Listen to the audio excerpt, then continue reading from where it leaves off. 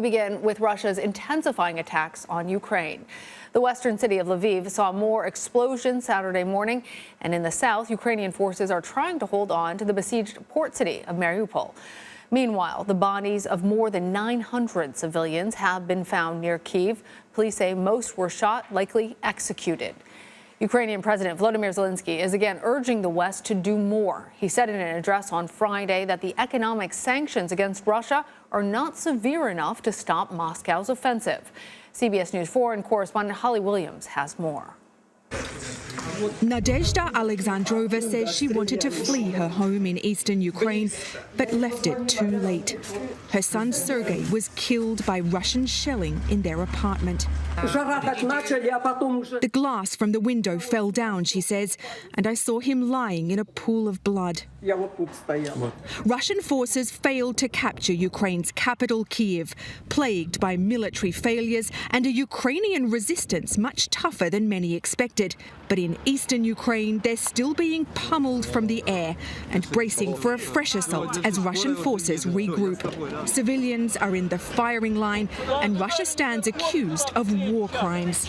In the southern city of Kryvyi, officials say they managed to stop Russian forces seizing control of this strategically important airport at the start of the war. Their plan was low-tech, but ingenious, parking trucks and construction vehicles on the runway. And this one looks like a mining truck down here. This mine truck. Mining from one of the local mines. Yes. Alexander Vilkul is the head of the military administration and told us it was his idea. Did the Russians actually try to land here? On the second day of the war, a cargo plane, normally used by airborne troops, and 3 fighter jets tried to land, he told us. They descended to about 200 meters, made a few circles, and once they realized they couldn't land, they left. With Ukrainian forces massively outgunned by Russia, they've made up for it with smarts and creativity. But Vilkul told us they can't win the war without more weapons from the West. What do you need? We need fighter jets, tanks, missiles, the whole spectrum of weapons, he told us. This special forces officer showed us the wreckage of a Russian missile that she says they shot down and presented us with some fragments as gifts. But other Russian missiles are hitting their targets and leaving carnage. In a new video message, President Zelenskyy said the length of this war and how many Ukrainians are killed will be decided in part by how quickly Ukraine's friends supply it with weapons. Lana.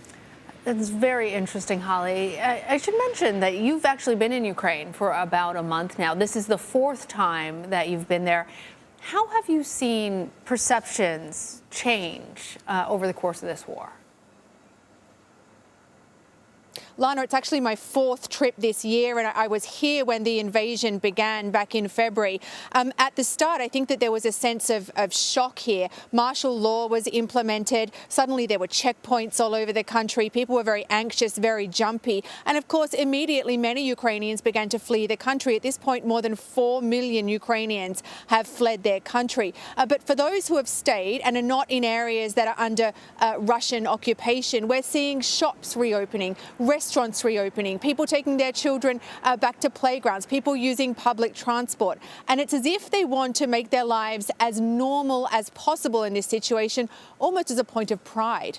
That's very interesting. And Ukraine, in fact, has been doing an excellent job, by all measures, of fending off Russian troops. But then we also hear reports like yours about these executions, about war crimes, about rapes. And I wonder, Holly, how much optimism is there still in the Ukrainian people?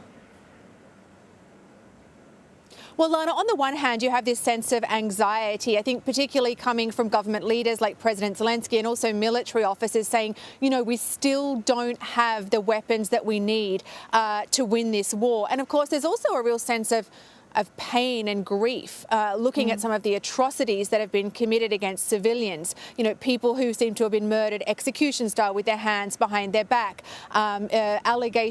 multiple allegations of rape. I mean, we just have to imagine how we would feel if that happened in our own country. On the other hand, though, when we speak to most Ukrainians, they do seem to be very optimistic, very buoyant. Now, perhaps that's partly about military successes. Just in the last week, for instance, Ukraine says that it managed to take out the flagship of Russia's Black Sea fleet. Right. Russia says that it was sunk, but it doesn't acknowledge that Ukraine was involved. And also remember that when you talk to many Ukrainians, for them, this isn't just a war about territory. It seems to be about ideas. They talk about democracy. They talk about freedom. So perhaps that sense of optimism and buoyancy also comes from their feeling that they're on the right side of history. Yeah, optimism and buoyancy, but also we hear these increasingly almost desperate pleas from President Zelenskyy asking for more assistance from their allies, as you reported, saying that the number of Ukrainian deaths will be tied to what they receive. We know that the U.S. is sending $800 million more worth of supplies to Eastern Europe. But is that enough for Ukraine to win this war? Well, look, that $800 million is just the latest commitment from the US, and it brings to a total of about $2.5 billion in military aid from the US since the invasion began. And that latest commitment includes things like 300 Switchblade drones, those are weaponized drones, 200 armored personnel carriers, 40,000 artillery rounds, counter-artillery radars and howitzers. Those last two apparently require training, which the US is also providing. Look, when you speak to pretty much anybody here in Ukraine, they'll tell you how grateful they are to the US for the help they've received. But if you talk to people in the military, they'll also say what we really need to do is somehow take on Russia in the skies. And there are two things that they keep on repeating when they talk to us. They want fighter jets and they want modern air defense systems. All right. Holly Williams, thank you.